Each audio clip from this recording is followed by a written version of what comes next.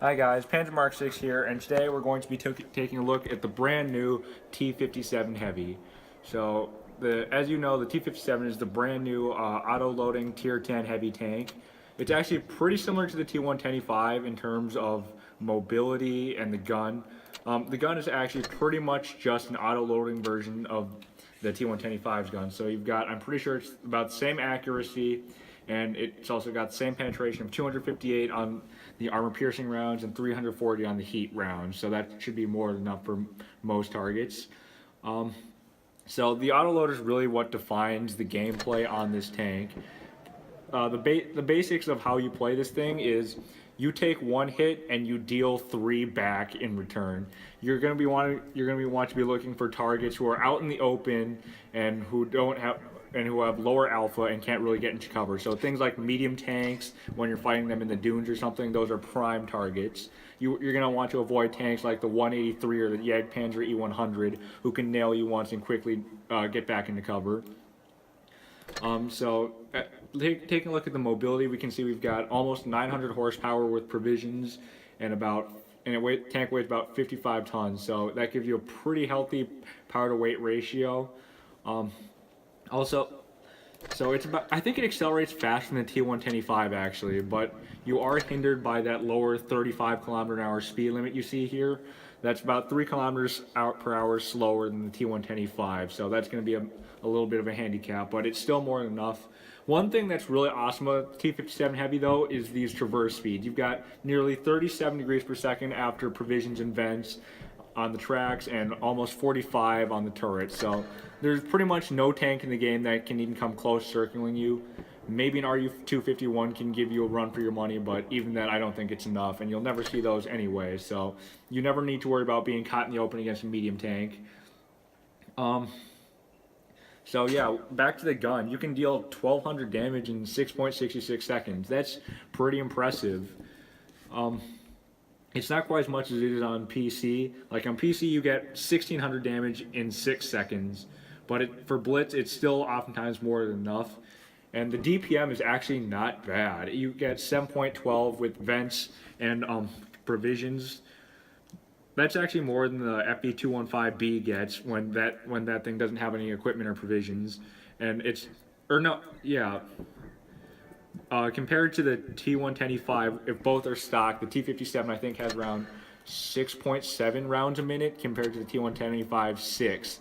But the difference is that the T125 and the 215B can mount the rammer, but since the T57 Heavy is an auto loader, you can't mount the rammer as you can see, and you also can't put on adrenaline. Alright, so let's take a quick look at the armor scheme. So here we've got the armor model of the T57 Heavy from PC. So Armor Inspector doesn't have the Blitz model for it yet, but I'm pretty sure that the armor thicknesses and the armor models should still all be the same. So as you can see, when you're fighting the T57 Heavy head on, like here we're shooting it with the Leopard 1's 10.5 centimeter board Canon L783. But with APCR, you can see that taking a shot at this upper glacis, you're probably not going to go through it. It's a little dicey in some areas, but you want to avoid this area in general at all costs. The lower glacis is very weak. It's only got about like 185 to 170 something millimeters of armor, so Hesh will penetrate it if you're shooting at it with something like an FV4202 or an FV215B 183. But most of the time, like a smart T57 Heavy driver is going to keep his tank hull down, so you're going you're going to want to try and shoot at this lower half of the turret. It's very weak, as you can see, and it's quite prominent. It's very difficult to hide as a T57 Heavy driver, but if you can keep this tank hull down, then this mantlet control a lot of it's not really a mantlet, but this frontal turret on top control a lot of shots. You can see it's 337 millimeters effective against APCR here. And if we switch to heat rounds, you can still bounce around this area, but you can notice that you're not going to bounce along these top areas here. So the T57 can't really rely on its turret like the T125. But if you wiggle the turret, you can see that this red area shifts, and you might be able to troll a couple bounces that way. The sides and rear, they're not really worth mentioning. They're very thin. You can see you've got about 60, like 44 on the sides. The tracks give like maybe 20 millimeters or so. So it's very weak. You're going to pen that with pretty much anything. Also, because the sides are very thin, you should be able to overmatch with larger caliber guns. Like, for example, anything 15 centimeters and above can overmatch this several times, I'm pretty sure. So we can see that this armor plate is actually just 44, 59 millimeters thick. So if you shoot at this with an 88, you're going to get that 2 times overmatch, which means that it's going to be much harder to ricochet. The back, like all American tanks, it's extremely thin. So if you can ever get the back of a T57, like, you can load HE and just go to town. Sides of the turret also pretty weak. So as you can see, compared to the T110E5, the T57 just it can't really tank like a T110E5. I mean, even when hull down, you've really just got this strip on top of the upper glacis that they can't pen, and this area around the gun.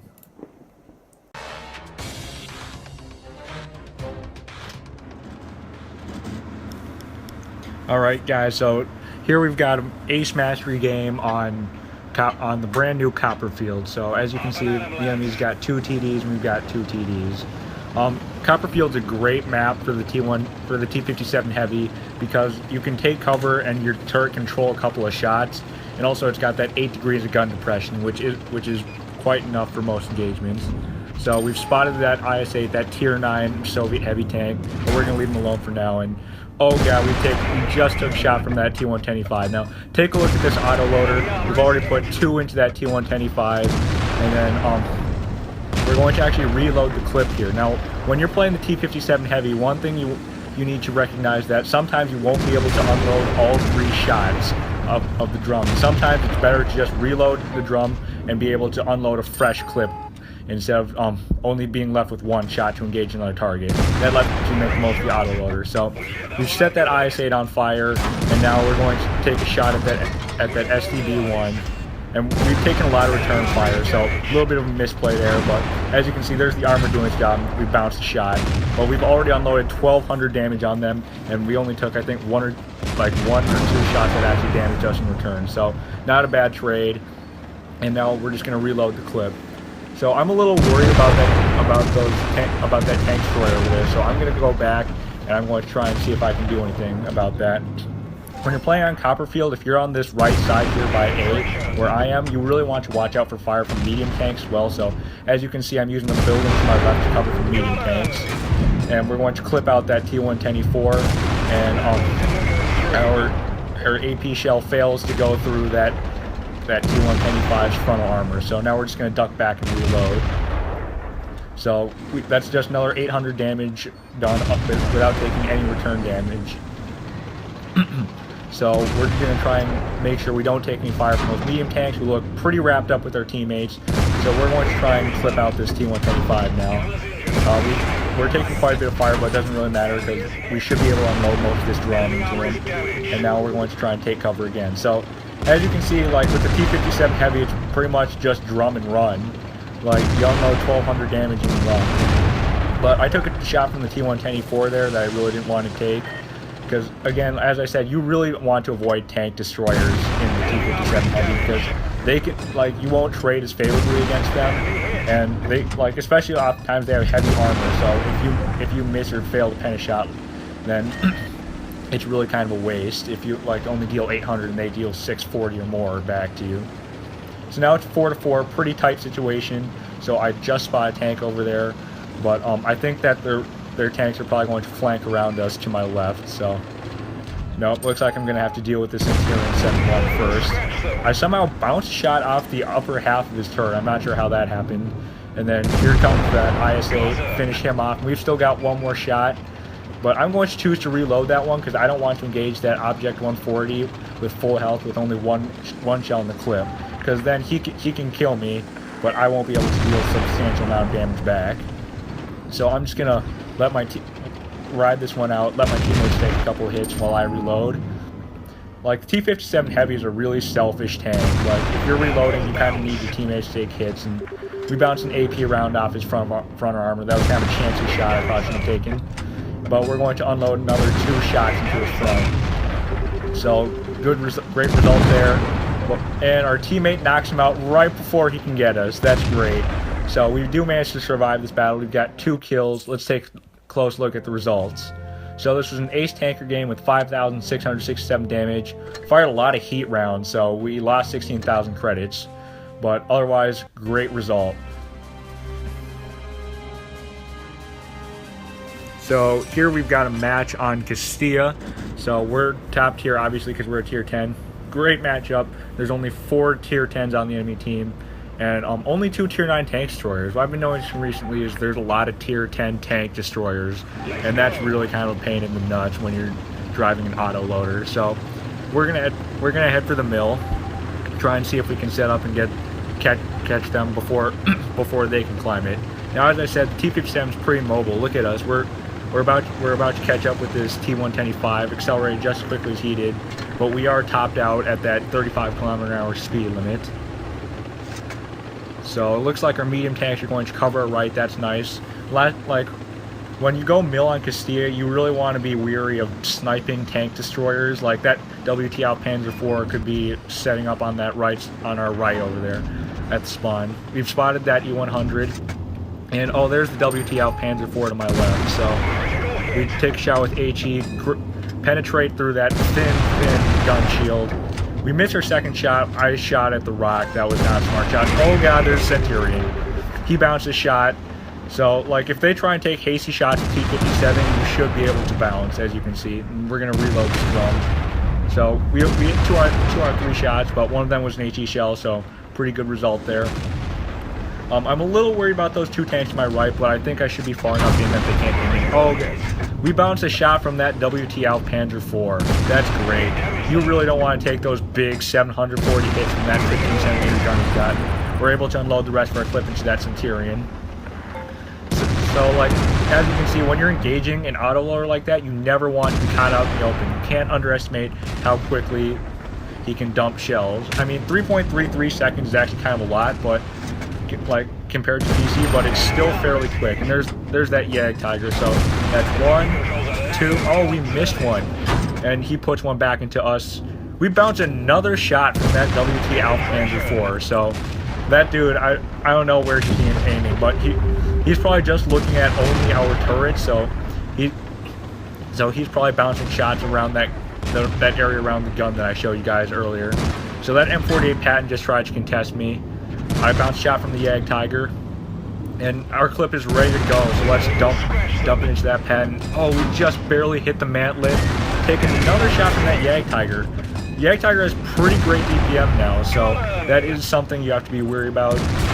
But we do manage to take out the Patton, and we take another shot from the Yag Tiger. A little bit of a misplay there by me, so we're going to have to play fairly conservatively now. They still have 5 tanks left, and we're down to like 70 hit points. So any tank on the enemy team can one-shot us, and that WT Panzer IV can take us out if he hits us with HE. So we're going to try and take him out now. We only managed to land 1 shot. The Jag Tiger misses us, so that lets us put yet another round to him. So that's a full clip that we've dumped into him. So that's great. We can duck back for the reload. Now this game starts to look like it's going pretty well. They've got 2 low health tanks. Oh, there's 7-1. I don't know how he got there, but so we're about to win this. So now I'm just gonna play it real slow. And looks like our team just cleaned up that WT Panzer IV, and the Yag Tiger is probably about to fall. I'm gonna see if I can get a shot on this Centurion 7-1 now. And there he is. Can we get a shot? Yes, we do. And that's it for the game. That puts us over 1,000 capture points needed to win for supremacy. Alright, great result there. 5,000 damage mastery game. Gets us a high caliber. We've racked up 2 kills. And we hit 14 of our 16 shots. So, pretty good. We still lost crits because I do tend to use a lot of heat in my tier 10s. So here we've got another game on Copperfield. I mean, what can I say? Copperfield is great for the T57 Heavy. Actually in the same spot as the first one, ironically enough. So this time I've got to play a little more cautiously. The enemy has 3 tank destroyers. Oh, my bad. They have 4 tank destroyers. So Really not a great thing if you're in the T57 Heavy. The one thing I hate the most now is tank destroyers. So we're going to see if we can empty our clip into this 215B183. And that's 1,200 unanswered damage right off the bat. So 1,200, we're up 1,200 damage and the game has barely started. So great result there. There's the Yag Tiger. So we can actually pen his casemate with heat, so I'm not too worried. So as I'm reloading this clip. One thing I really like about this position is that you can't take fire from any flanking mediums. Put a shot into that E75. We're going to see if we can find some shots into this Yag Tiger. So he puts one into us, but no biggie. We got, oh no, we failed to load the third one in time. So we're going to have to reload this clip. And so far this game is shaping out to be not too bad. We've done about 2,000 damage, and we're only about a minute into the game. So the only person who's actually managed to damage us so far is that Yag Tiger. Now I'm going to help out this STI because I'm going to try and take out this IS4 here, who actually happens to be an IRH, so yeah, sorry about that, buddy. I'm going to have to dump this 1,200 damage clip into you. So take a shot at that angled cheek. Yeah, if you're fighting an IS4 and he angles his armor, you can usually get shots into those cheeks, as you can see. So that's 1,200 damage, and he didn't even hit us once. That's the great thing about the T57. You can just dump unanswered damage to them. Oh, we take a shot from the grill. We also managed to damage our gun. So that Jag Tiger misses us, and we're able to dump the rest of our clips into this Jag Tiger here. So we've done a lot of damage so far. I think I've actually lost track of how many shells I've fired. So this game is already shaping up to look pretty good. It's 4-2, and we've got 2 points. This grill is trying to run away. If I were a single shot tank, I probably could have hit him, but we were still loading our clip, so he got a little lucky. He takes a shot, and now we've got a full clip. So we're about to go to town on this grill with our HE shells. That's one. And there's another. Oh, he misses his shot. Oh no, just kidding. That was teammate's shot. But we do manage to take him out with our third shell. So now and that E75 pops out and hits us in the track. So those tracks will absorb shells, but unfortunately the T54 does manage to take us out. So we're going to watch this 183. This 183 I'm pretty sure is going to get the kill shot to that T54 and end the game pretty soon. And no, we're still waiting. Looks like this T54 is going to push for the cap, but he's going to regret that decision pretty soon. There it is, and that's the end of the game. So great shot by that 183 who picked up 3 kills. Shout out to him. And so let's take a look at the stats. Almost 5,800 damage gets us a high caliber, and we've also got a Confederate medal. And so I want to thank you guys for watching.